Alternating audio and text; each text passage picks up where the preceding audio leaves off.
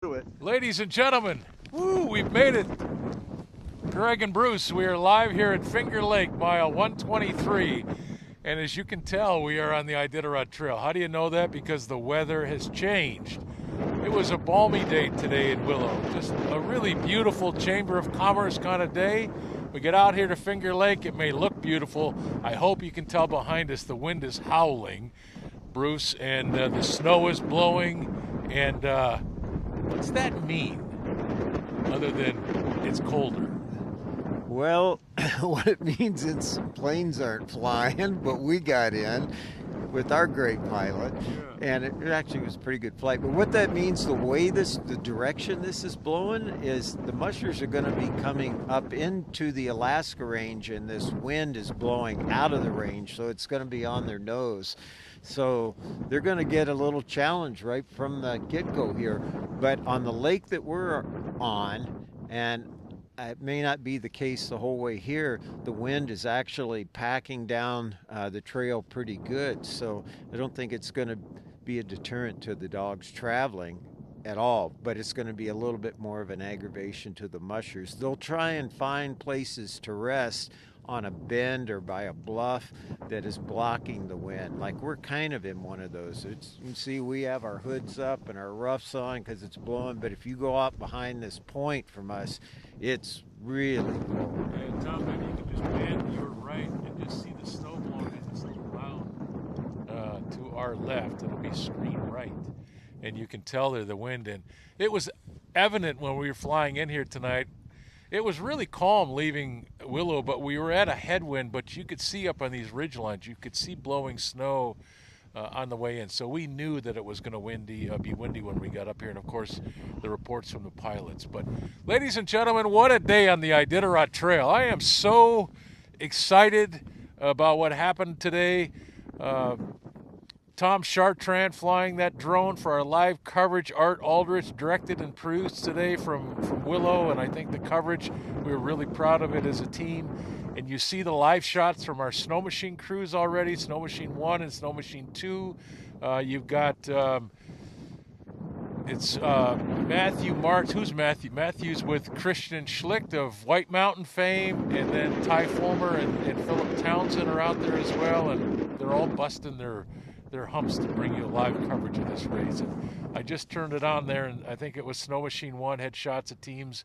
One team parked there on the Yentna with another team going by in the sunset. And boy, that's what Bruce and I have been dreaming about for a long time, isn't it? If you're a new insider, this is a brand new thing. I mean, you're not just hearing about mushers or little short stops at checkpoints. I mean, what this is doing, if we can keep it working in this cold environment with Snow Machine 1 up back there, you're seeing the trail. You're seeing the real thing. Mushers pulled over, taking care of their dogs, grabbing something to eat on the trail, other dog teams passing them. This is a whole new level of coverage for you guys to see what this environment is like, what traveling this trail is like. The only other thing you can do is come out and sign up and run a dog team.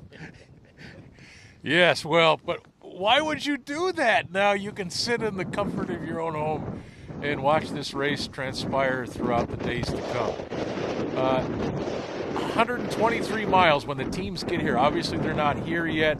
I'm not watching the tracker. You at home. I do not believe that anybody's in Squentna yet. Have you noticed anybody in Squentna yet? Yeah, we just landed, so we're not sure. I don't think anybody's in Squentna yet. That usually happens just after dark, but you never know. They will get here sometime after midnight, before 4 a.m., more than likely in that window, and we'll have the live stream up. But Bruce, give us an idea of the possible strategies tonight. We've had years that teams come all the way here. We've had teams stop prior to Squentna and come all the way here. We have teams that stop between Squentna. Like, how would you do this today with these conditions? 2 stops. One before Squentna, or maybe if you want the checkpoint for straw and vet assistance and picking up your being right where your food drops are, and there is a building there for the mushers to get in and rest. Some will stop in Squentna. The more competitive teams, how I would do this is you take a stop just short of Squentna, and then and then one between Squintina and here. Now, we often say, oh, that team went through Squintina and they rested to here, but usually somewhere on the river on the way to Squintina, they've at least taken a little break, which might just be a short time to snack the dogs or feed them a cooler of hot food and change booties, but at least 2 little short breaks to come to here. And then if for those that do take a break, say like 10 miles from Squintina, 5 to 10 miles from Squintina, those often choose then to do that run and go through here and go up to Rainy Pass and take a break. Beauty of that is you tend to hit Rainy Pass late morning and you get your dogs resting in the heat of the day. Heat relative to the Iditarod Trail. Good to be out of the city. Oh man, finally get out of Anchorage.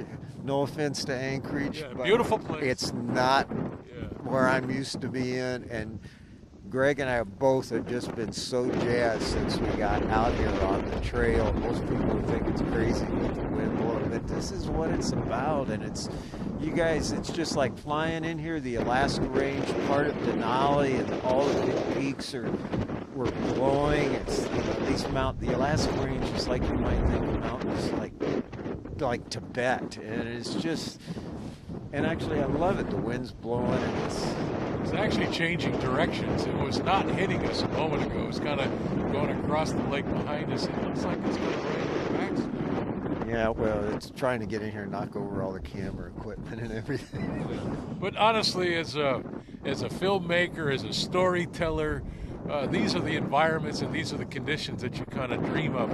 And I'll be sitting over there in that tent tonight just waiting for the footage from the trail crews to get in here so I can take a look at it. Dog teams running through windy conditions like this. There's nothing better than that. I'm sure there's all kinds of fans lining the Yentna and the Squintina River tonight up near Shell Lake. There's always a big bonfire and a party going on, and all of that content will be finding its way here to Finger Lake before it's all said and done tonight. Of course, we'll have leaders as well. We've also heard that there's a rumor that there might be some spaghetti and meatballs waiting for us. There's a lodge, Finger Lake Lodge, or is there another name for it? I know it is Finger Lake Lodge. They do have a name of it, but find that out and get what it. it is. Yeah. I think Yeah, I think I might have to too. I mean, it kind of sounds good, but you know, we're going to be up all night. Well, we expect the teams. well, I am. You have, it's true. You guys got the trackers now. We'll fire ours up and we'll know exactly. But the tendency is sometime, depending on how mushers choose their strategies, anytime from like 1:30 till 5 in the morning, teams really start rolling in. And then at about daybreak, it's just all the whole middle pack is rolling in here. So at sunrise, there'll be dog teams parked out here on the lake. You'll be able to see live, and we're on the Iditarod. It's rolling now. And keep your eye on this live stream. Obviously, those snow machine crews will continue to give you live images. They are going to be live in Squintina tonight. I don't think we'll see much from those guys after that once the sun sets and gets dark, except for Squintina because there'll be some light there. But we do have our live camera, and it may already be up. Before we started here, it wasn't quite up in Rainy Pass, but Shauna Underwood and Jody Bailey are over there.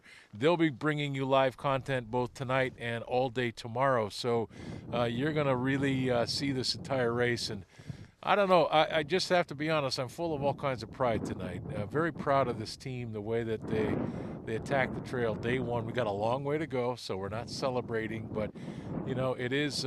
This is not easy work for the people that come out and do this with Bruce and I. And it's hard work. There's a lot of heavy equipment. If you guys only knew how many hundreds and hundreds of pounds of equipment that we're moving around every day into every checkpoint. Hello. And there's a little hurricane kind of blast. I tell you what, we're a dog team short of a real party here tonight in Finger Lake. It's usually a kind of a docile place when we show up. Beautiful sunset. This is kind of feeling that we just arrived in Koyak. Something is seeming really backwards. But again, full of pride about the team and how hard they worked, and we're off to a good start. Starting with that live restart today from Willow. Not gloating, just patting my guys on the back. I hope some of them are watching and hearing this. And so, stay tuned. A lot more to come. Consider this about these sled dogs. They are really incredible. It's one of the best things I've ever did in my life was having sled dogs and being involved with them on a number of levels. We're sitting here 123 miles from where they started today, right? At 2 o'clock. At 2 o'clock. They're going to be here before light tomorrow morning. That's how great these dogs are and how athletic they are. Most people can't even imagine traveling that much in a short period of time with animals. It's a really cool thing you're going to see. Yeah, if they get here at 4 a.m., let's see if we can do the math quickly. That's 10 hours shy of a full day, right? So that's about 14 hours they're going. That's almost 10 miles an hour since the start. Now, it's 10 miles an hour, but remember, they probably got a 4-hour rest on it somewhere between here and Willow. Yeah, but that is when we usually say with dog mushers or dog people, the general tendency is we average 9 to 10 miles an hour. Now they can go a lot faster than that, but they can travel at that speed till the end of the earth. That's where you're not draining the tank. They're just going at their natural gait, how they would travel. But I've always found it amazing. I've said before, there are animals that can run faster from short distances. There are animals that migrate farther at times, but there is no animal that can cover the ground as fast as an Alaska Husky. And you just saw a moment ago that big gust of wind that we experienced, and Bruce kind of went flying forward. You could tell by that image alone who has more junk in the trunk. That would be me, because that wind picked Bruce up literally off the ground and kind of flew him, just flew him right across there. And I stayed put. Yeah. Well, anyways, it takes a bigger airplane, trust me, to get me around. Okay, spaghetti and meatballs, I think, is on deck. We're going to get Ian and Tom up there, too, and get them fortified. I've got some footage, I think, that I'm going to get posted up here tonight, so stay tuned. I know they're going to be live soon from Rainy Pass. If not, then it'll be Sean Underwood and Jody Bailey checking in with you tonight. Ladies and gentlemen, enjoy the live coverage from the trail. Get over. We've already posted, I think, 34 of the 38 teams. There's an interview with them prior to them leaving Willow earlier today, so get over there and check that out. Until we see you again, and it'll be soon, trust me. I'm Greg, he's Bruce, and good evening from Finger Lake, mile 123.